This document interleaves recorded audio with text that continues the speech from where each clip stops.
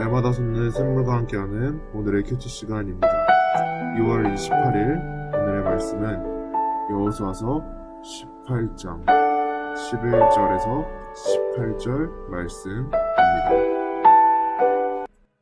베냐민 자손 지파를 위하여 그들의 가족대로 제비를 뽑았으니 그 제비 뽑은 땅의 경계는 유다 자손과 요셉 자손의 중간이라.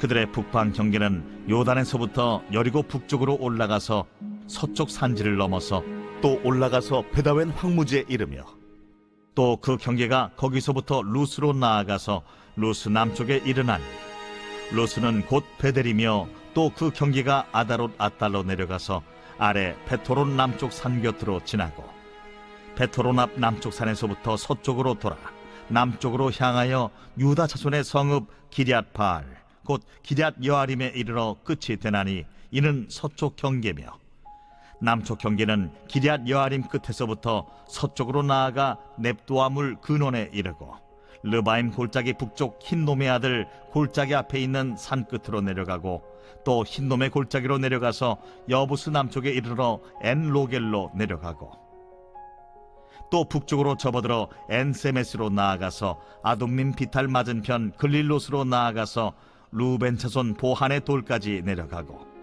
북으로 아라바 맞은편을 지나 아라바로 내려가고 또 북으로 벳 호글라 곁을 지나서 요단 남쪽 끝에 있는 여메의 북쪽 해만이 그 경계의 끝이 되나니 이는 남쪽 경계며 동쪽 경계는 요단이니 이는 베냐민 자손이 그들의 가족대로 받은 기업의 사방 경계였더라. 베냐민 자손의 지파가 그들의 가족대로 받은 성읍들은 여리고와 벳 호굴라와 에메크시스와 벳 아라바와 스마라임과 베델과 아윈과 바라와 오브라와 그발 암모니와 오브니와 게바인이 12성읍과 또 그 마을들이며 기브온과 라마와 브에롯과 미스베와 그비라와 모사와 레겜과 이르브엘과 다랄라와 셀라와 엘렙과 여부스 곧 예루살렘과 기브앗과 기랴신이 14성읍이요 또 그 마을들이라. 이는 베냐민 자손이 그들의 가족대로 받은 기업이었더라.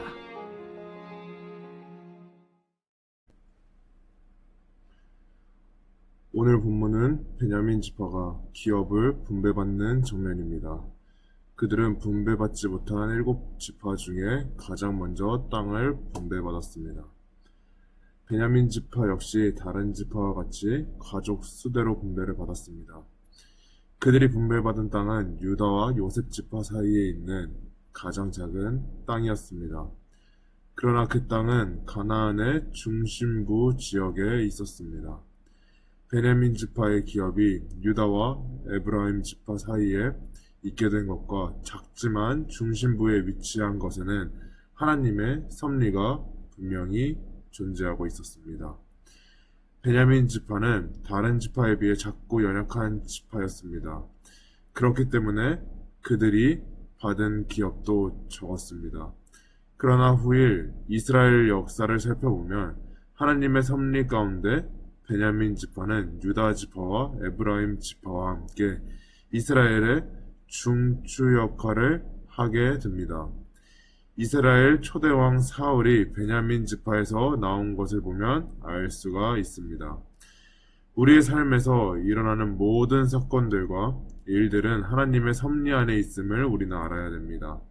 우리 안에 일어나는 일에는 우연히 일어나는 것이 아니라 하나님의 섭리 가운데 일어난다는 것입니다. 그런데 때로는 우리의 삶 가운데 일어나는 일들이 이해되지 않아서 받아들여지지 않아서 하나님의 섭리와 뜻이 보이지 않아서 고민하고 갈등하고 어려움에 빠질 때가 많이 있습니다. 그러나 우리는 아무리 우리 삶 가운데 내가 계획한 대로 되지 않아도 내가 생각하던 대로 이루어지지 않아도 하나님의 선하신 뜻과 계획이 숨어 있다는 사실을 우리는 분명히 알아야 됩니다. 나의 생각, 나의 계획, 나의 뜻과 다를지라도 내 생각보다 크신 하나님의 생각과 계획하심이 숨어 있다는 것을 우리는 기억해야 되는 것입니다. 12절에서 20절까지는 베냐민 지파의 경계를 소개하고 있습니다. 베냐민 지파의 경계가 동서남북으로 잘 소개되어 있습니다. 북쪽 경계는 요셉의 남쪽과 일치하고 남쪽 경계는 유다의 북쪽 경계와 일치합니다. 이처럼 지파의 경계를 세세하게 기록하신 이유는 무엇일지 우리는 생각해 보아야 됩니다. 그것은 바로 서로 협력하기를 원하시기도 하지만 하나님께서 자신에게 주신 기업, 그 기업은 다른 지파가 침범할 수 없다는 것과 또 하나님이 주신 기업을 소중하게 지키고 간직하는 일이 중요하다는 것을 일깨워 주기 위함인 것입니다. 베냐민 지파는 이스라엘 12지파에서도 가장 작고 연약한 막내 지파였습니다. 그렇지만 창세기 49장에 나오는 야곱의 축복을 보면 베냐민을 물어뜯는 일이라고 비유하고 있습니다. 베냐민은 작고 어리지만 위기가 오면 그 위기를 돌파할 수 있는 저력 있는 용맹스러운 지파였습니다. 약하지만 약할 때 강한 대신은 하나님을 바라보는 믿음이 있는 그러한 지파였던 것입니다. 21절과 27절에는 베냐민 지파가 받은 성읍들의 이름이 기록되어 있습니다.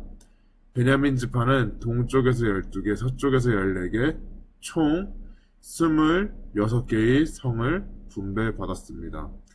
그런데 이 성들은 아주 험준한 중앙고지 고원에 위치하고 있었습니다.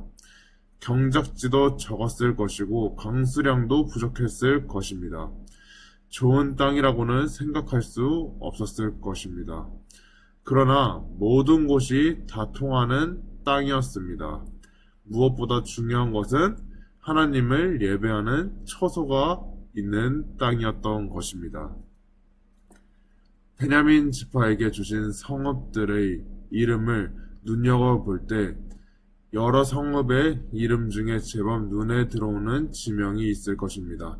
22절에 베델, 25절에 기브온, 28절에 예루살렘이 나옵니다. 베델은 야곱이 에서에게서 도망쳤을 때 제단을 쌓았던 곳이었습니다. 훗날 야곱의 아들들이 범행을 하고 범법 행위를 행하고 어디로 도망할지 알 수 없을 때 하나님께서 야곱의 모든 가족을 베델로 올라오라 말씀하시며 예배하게 했던 그런 장소입니다. 또한 가브온은 솔로몬이 예루살렘 성전을 짓기 전까지만 해도 계속해서 하나님 앞에 예배하던 장소였습니다. 예루살렘은 이스라엘의 중앙 성소였습니다. 이처럼 베냐민의 땅은 작고 빈약한 곳이었지만 하나님의 성전이 하나님을 예배할 수 있는 그러한 곳이 있는 곳이었습니다. 우리는 오늘 말씀을 통해 기억해야 됩니다. 베냐민 지파는 작은 지파였습니다. 그리고 작은 땅을 분배받았습니다. 어쩌면 그들에게는 불평불만이 있었을지 모릅니다. 왜 이렇게 작은 땅을 우리에게 줬는지, 왜 이렇게 우리가 이만한 땅밖에 받지 못했을까라는 생각도 들었을 것입니다. 그렇지만 그들은 하나님의 섭리를 믿고 따르는 지파였음을 알 수 있습니다. 그리고 그 지파의 사람들은 하나님을 예배하는 성소에 가까이 머물며 하나님과 친밀한 관계를 유지했을 것입니다. 작고 보잘것없는 지파였지만 하나님의 섭리를 인정하고 하나님과의 친밀한 관계를 유지했던 베냐민 지파는 하나님의 사랑을 잊게 되고 그 지파에서 왕도 세워지게 되는 하나님의 큰 은혜를 잊게 되었습니다. 우리 모습이 때로는 보잘것없어 보이고 때로는 왜 이런 일들이 나에게 일어날지 의문이 들 수가 있습니다. 하지만 오늘 말씀을 들은 우리는 이것 또한 하나님께서 나를 향한 선하신 계획임을 믿고 하나님께로 나아간다면 하나님과 더욱더 친밀한 관계를 유지할 수 있을 것이며 베냐민 지파에게 허락하였던 하나님의 사랑을 우리가 누리며 하나님과 함께 할 수 있는 삶으로 살아갈 수 있을 것입니다.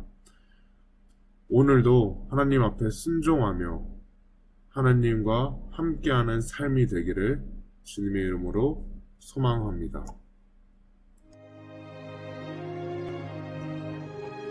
하늘에 계신 우리 아버지, 아버지의 이름을 거룩하게 하시며 아버지의 나라가 오게 하시며 아버지의 뜻이 하늘에서와 같이 땅에서도 이루어지게 하소서.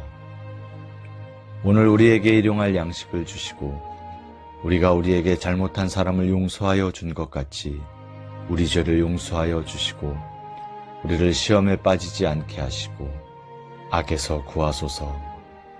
나라와 권능과 영광이 영원히 아버지의 것입니다. 아멘.